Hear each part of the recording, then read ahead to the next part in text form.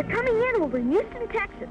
I'm flying here from Hollywood for the Space-orama, which starts this year's U.S. Treasury School Savings Program. We'll show you the way Houston got things started, actual pictures of the events that took place, and maybe you can do something like this in your town. Here's a chance for all of us kids to become junior astronauts. So get ready for a real Houston welcome.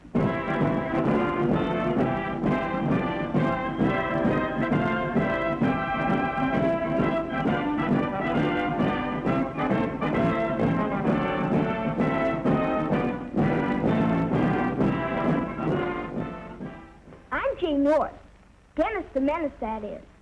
But today, I'm not a menace at all. I've got a job being helpful here in Houston, Texas, helping the United States Treasury Department kick off this big junior astronaut stamp and bond drive. They picked Houston, Texas to start the bond drive because of its terrific record last year. The kids of Houston bought more stamps and bonds than anybody. One of the first things they did was throw a big banquet. That's Mr. McLean, president of the bank, introducing Postmaster Elder, chairman of the Savings Stamp Drive in Houston. At the party, I met some very special boys and girls, the children of the astronauts.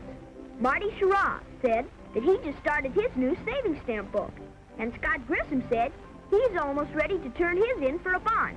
After the banquet, we all went to the Houston Music Hall auditorium for the big show. It all started with the real pictures of astronaut Carpenter's flight.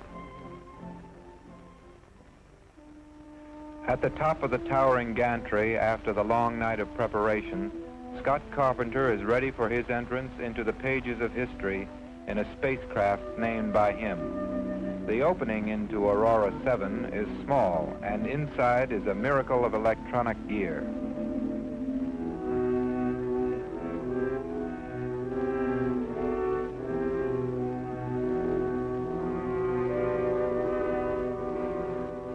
Liftoff is an earth-shaking, controlled explosion. The booster gains speed, hurtling on toward its proper orbital path. In orbit, everything is seen with new eyes. The horizon, the Earth seem unreal in their beauty. Almost before he knew it, came the moment for landing. The helicopter rescue was quick, efficient. The life raft is dropped. The pickup gave Scott Carpenter his one real moment of worry as he was dunked in the water before being pulled up to safety.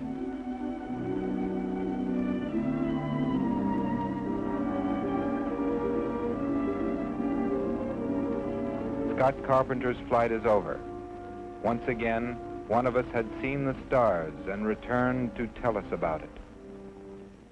When you see the kind of jobs Lieutenant Commander Carpenter did in that film, you really want to help with the space program.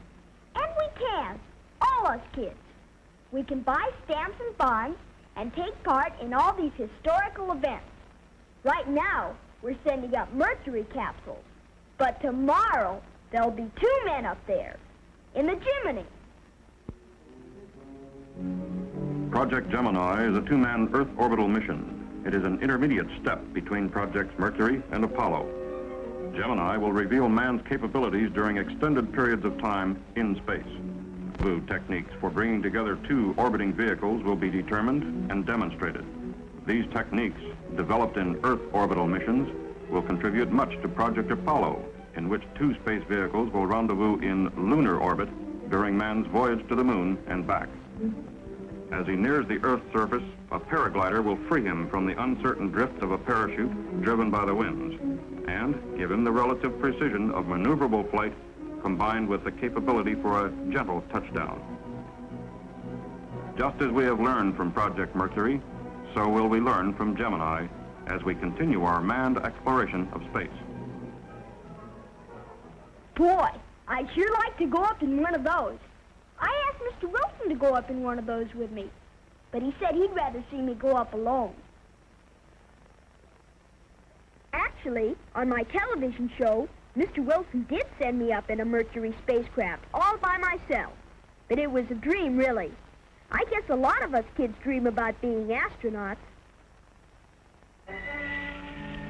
15, 14, 13, 12, 11, 10, 9, 8, 7, 6, 5, 4, 3, 2, 1, 0. Liftoff.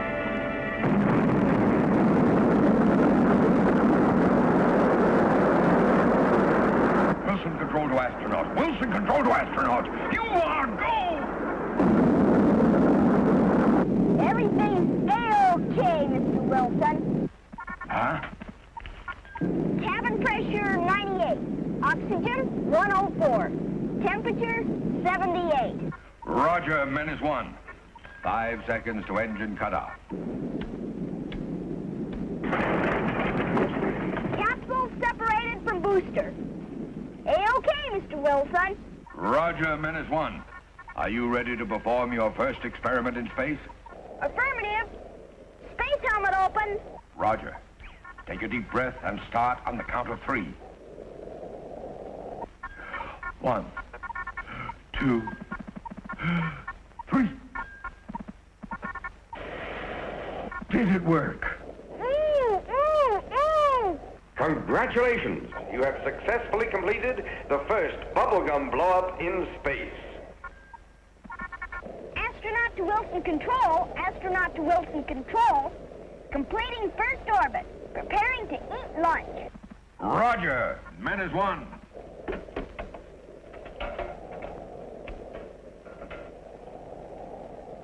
Oh, boy! A hamburger! Aw, gee, Mom forgot to put ketchup on it. Don't go away, Menace 1. We'll take care of that.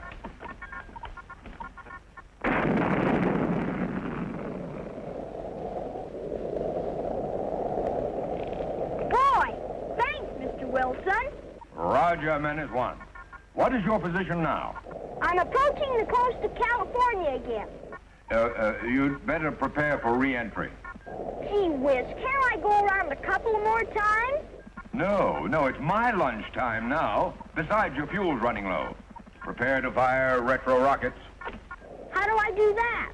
It's the third button on the right.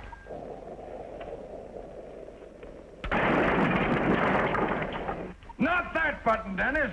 That's the jet roll button. Dennis! Dennis! Dennis! Dennis!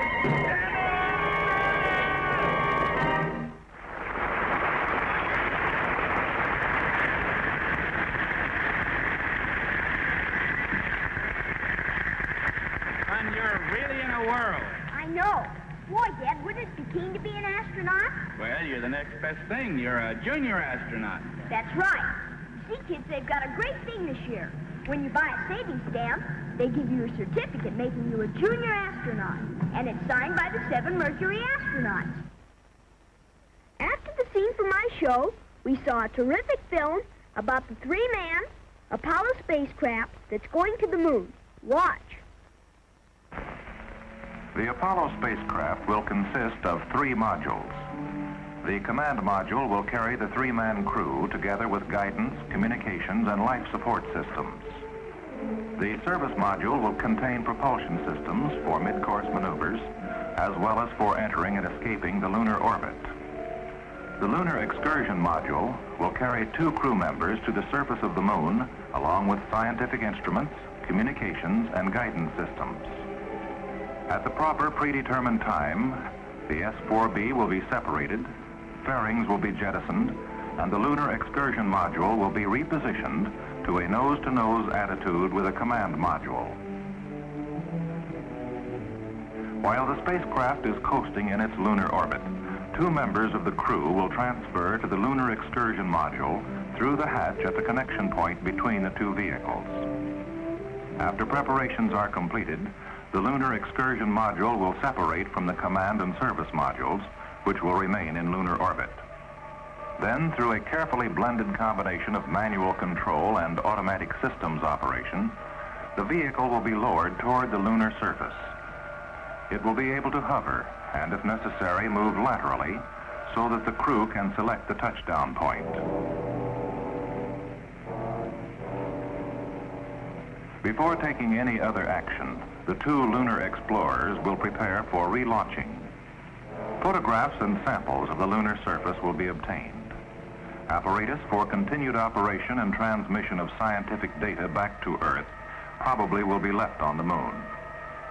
The crew will fire the lunar launching engine at a precisely determined instant to enter a transfer ellipse calculated to rendezvous with the mothership after traveling part of the way around the moon.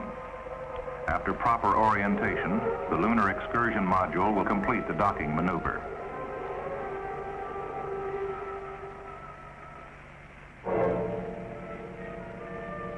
The 2 lunar explorers will transfer back into the command module. Their lunar excursion module probably will be left in lunar orbit to save weight on the return trip. After the command and service modules are thoroughly checked out and all calculations are confirmed, the Apollo spacecraft will be fired into its trajectory for return to Earth. Following mid-course corrections and just before entering the Earth's atmosphere, the service module will be jettisoned and the command module will be oriented for re-entry. A drogue parachute will deploy to stabilize the vehicle. This will be followed shortly by the main parachute system, which will gently lower the command module to Earth, probably on land rather than at sea. I'm John Powers. You would probably know me better if I said, this is Mercury Control. We've heard at Cape Canaveral that boys and girls all over the country are supporting our Treasury Department's Saving Stamp program and becoming junior astronauts to support our nation's space program. Colonel Powers, I know you've been pretty busy with your work, but I want you to know that all us junior astronauts are right behind you. It takes a lot of money to put a man up in space, doesn't it? It sure does. We're spending money of the order of billions of dollars, and we need all of the support and help we can get from all of the boys and girls in the country. Yes, sir.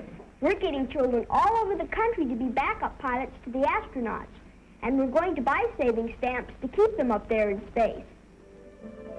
This school won the prize for the most students buying the most stamps and bonds. On a special stamp day, your teacher will have things ready. Just bring along your stamp book.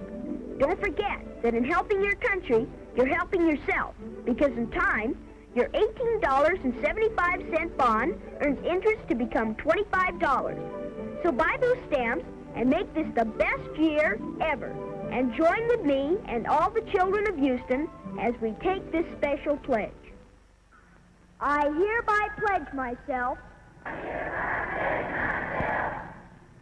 as a junior astronaut to back up the United States Savings Stamp Program. And in this way, to show the astronauts who risked their lives in space for me that I will give as unselfishly as they have given. That's very good. I now announce you again a junior astronaut. Thank you.